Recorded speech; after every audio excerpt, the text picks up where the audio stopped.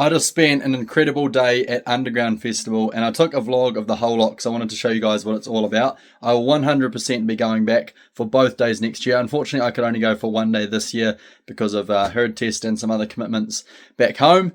But let's roll the vlog, and see what it's all about.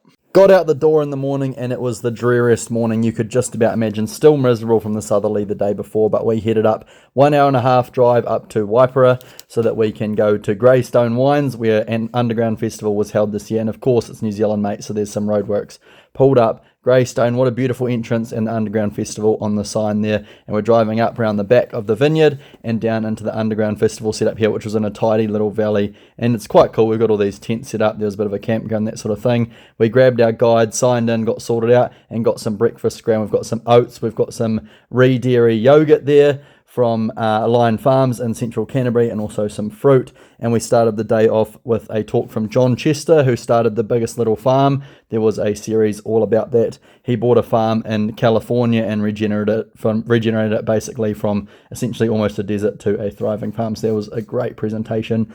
And then the first thing of the day was Gavin Fisher talking about trees in a pasture-based dairy system. So he plants a lot of trees.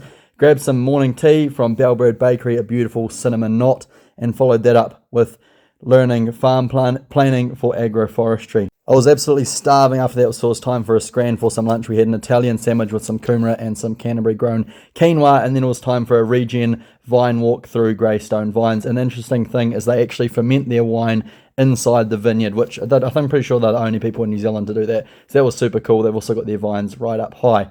Afternoon program to finish it off, we had Risk, Reward and Reality with John King, which I think was explained beautifully, because if we want to do these things that are for the good of the environment, we still have to be in the green profitably, because you can't be green if you're in the red.